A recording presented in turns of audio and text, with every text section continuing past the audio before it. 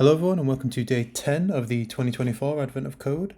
Let's jump straight into today's problem. We're going to be using Python to solve this, and today we have input is a map that looks like this, where the number indicates how high we are, sort of above sea level, like this is a topographical map. So as the numbers increase, we're going higher, and as the number decrease, we're going lower.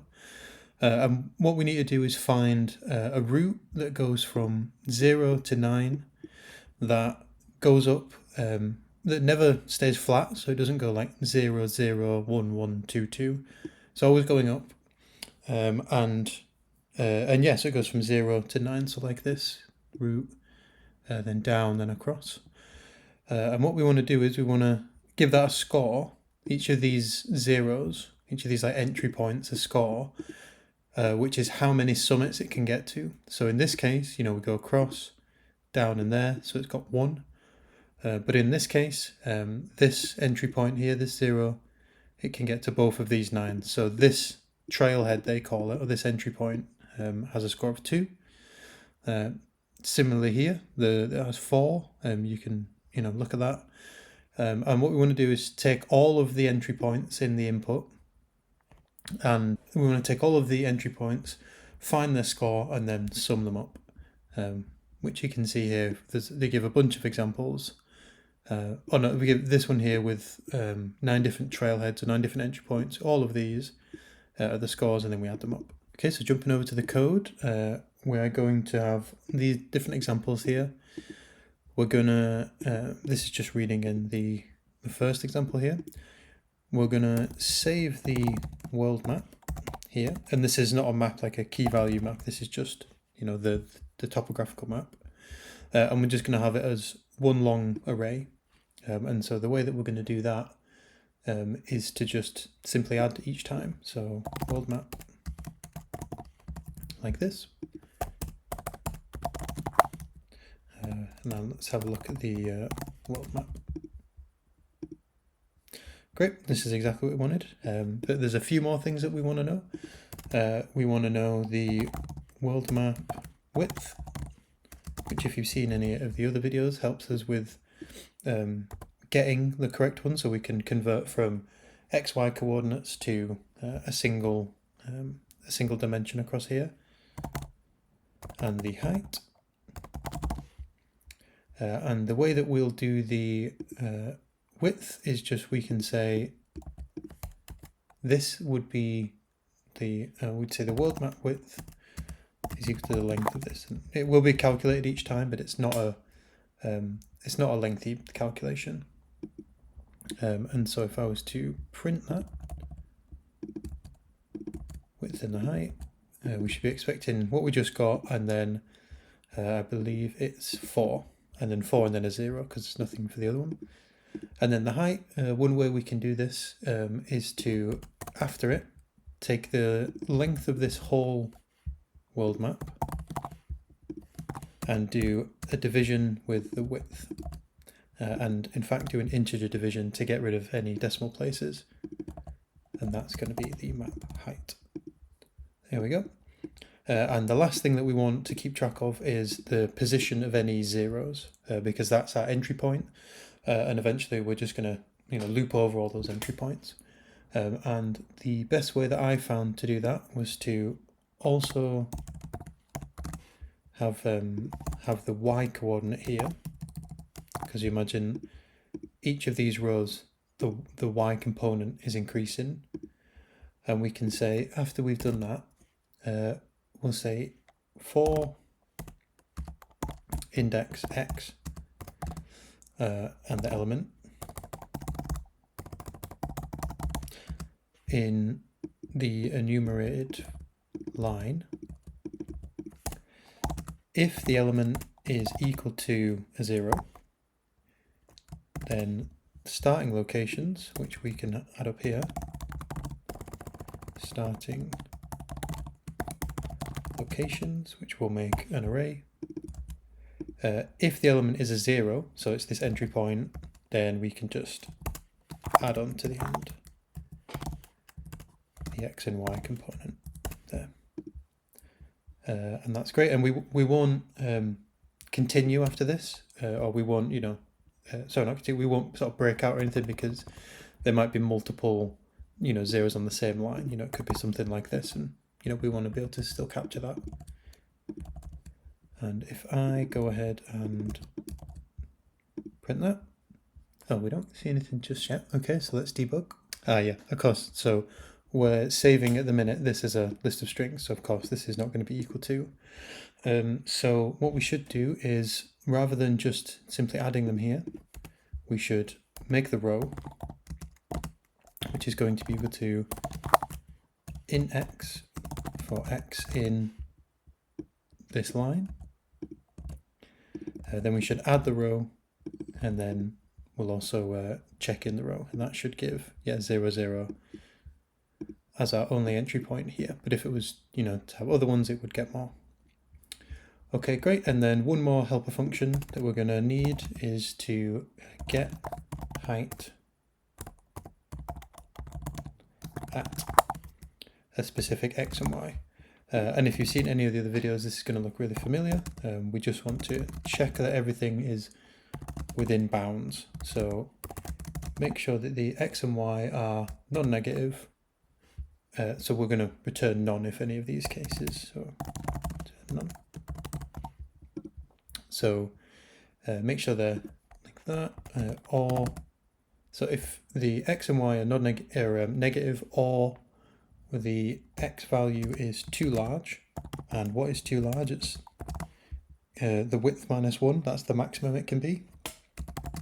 Or if the y component is too large, and what would too large be here? That would be if it's equal to the height, that would be too large, so there we go. And then return none.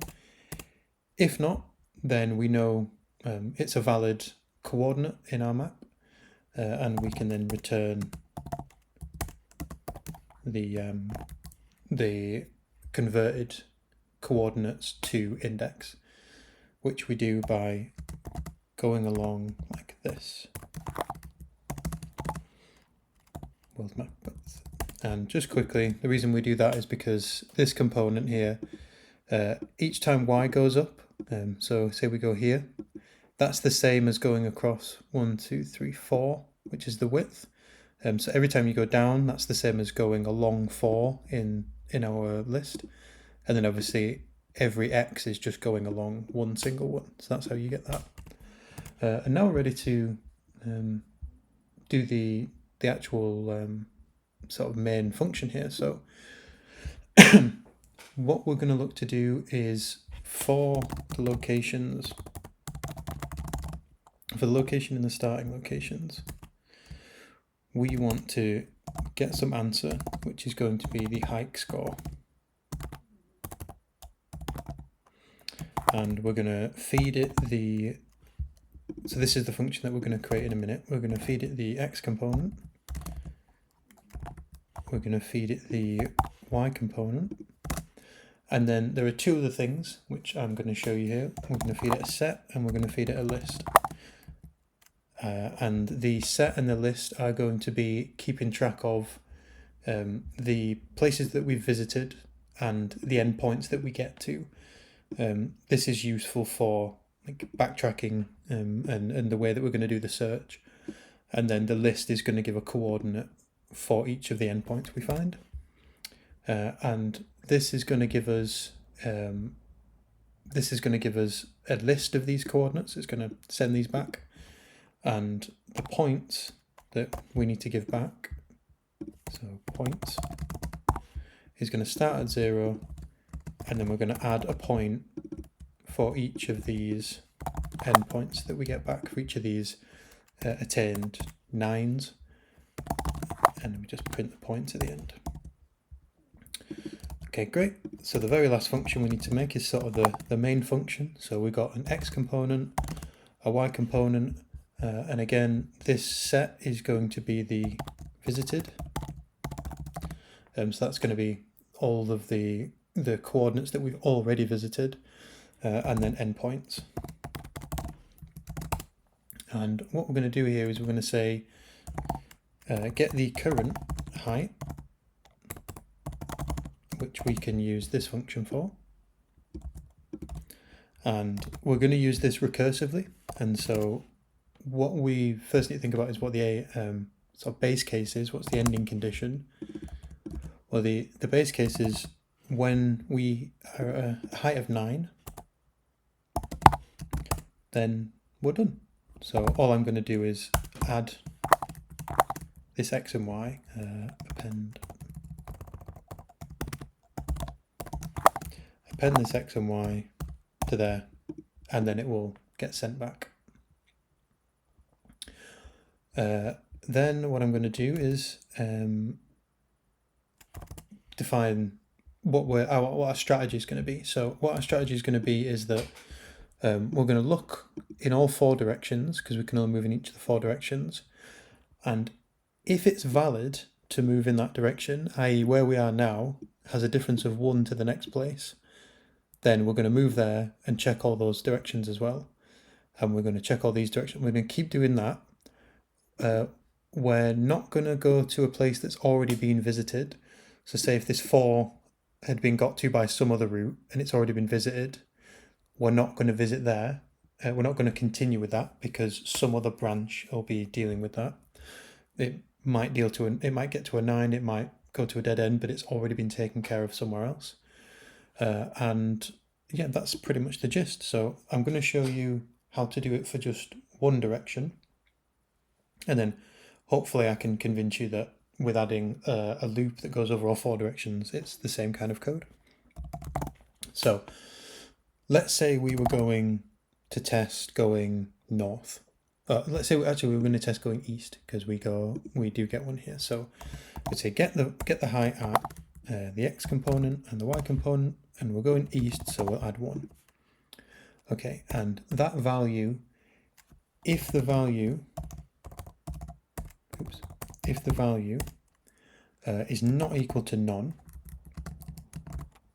i.e. we've not gone off the side of the map, so this is a valid case, and our current height, so in fact I'll put height for this, our current height, the difference between, so the height and the current height is equal to 1, so we're doing a 1 step up, and this thing, this place that we're about to step into, that we're testing to see if we can step into, if we've not already visited that, so this thing is not in visited, then we've got a valid place to check, a valid place to hop to, a valid place to go to next.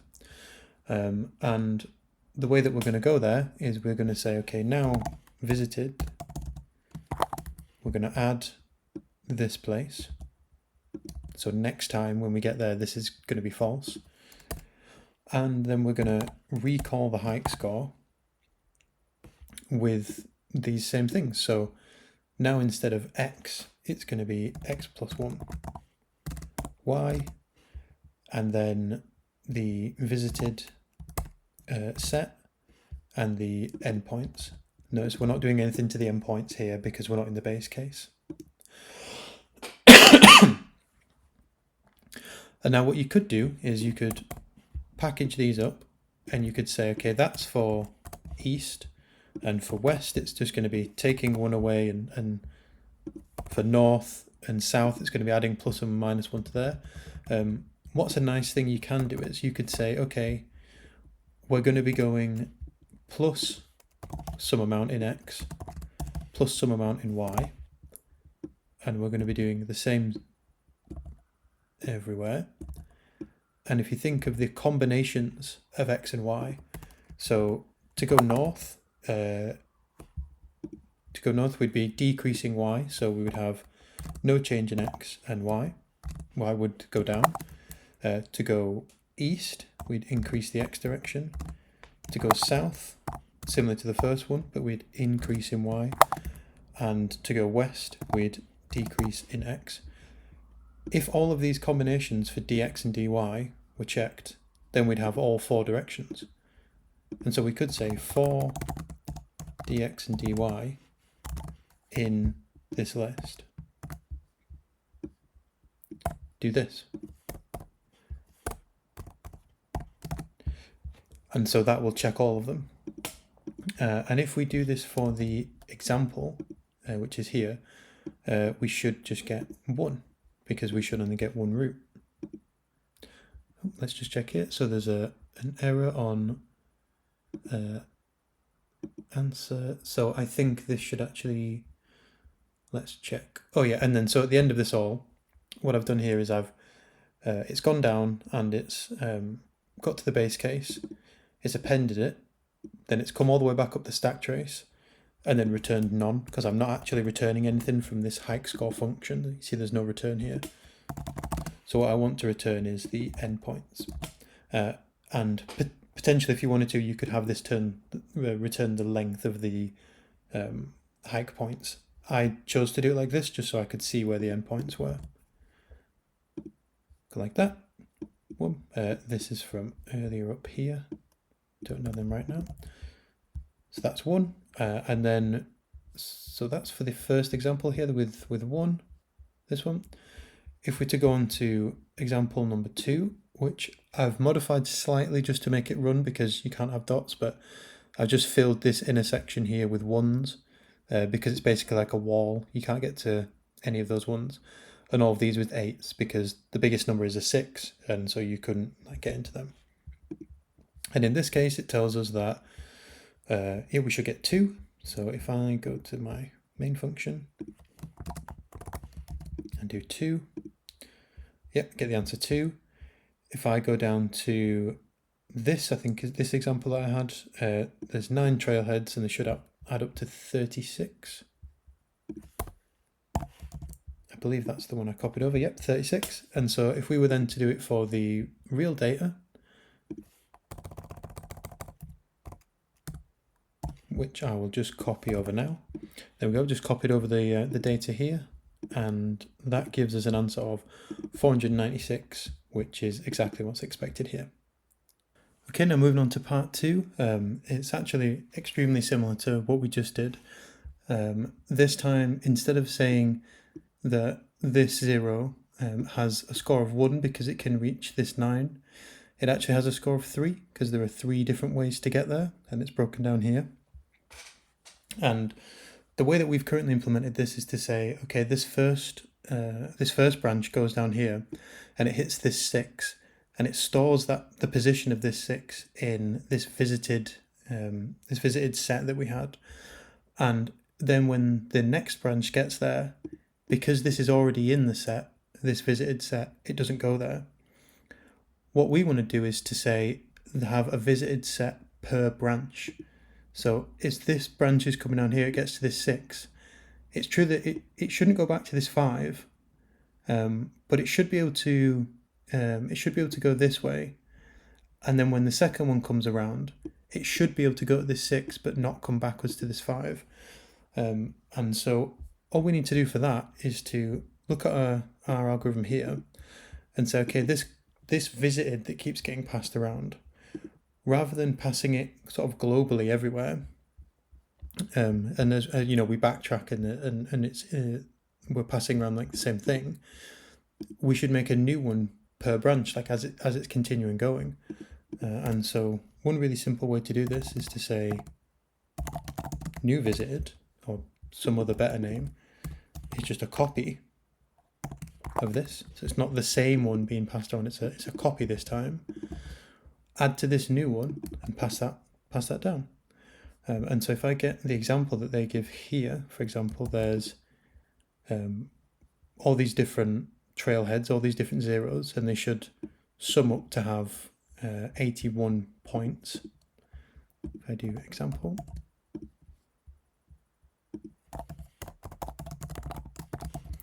we get 81 points. And if I do it on the real data, there is data 3 on the real data, we get 1120, which is the answer to part 2. So hopefully you enjoyed that. Tried to make it a little bit more concise. You can see, with the way that we've built this up, we're able to just change a few lines. This was not the first way I did it. What I originally did was having this kind of rolled out. So I would have a get north, get east, get south, get west section, and I would try each of them. It would be the same, a little bit more verbose, but it would be the same kind of thing. So if you have please do like the video. Please leave a comment if you have any thoughts, and subscribe for more of these videos. I'm going to be doing a video for each of the day's puzzles, but they might not necessarily come out on the day that the puzzle comes out. Great, and now we'll see you for day number 11.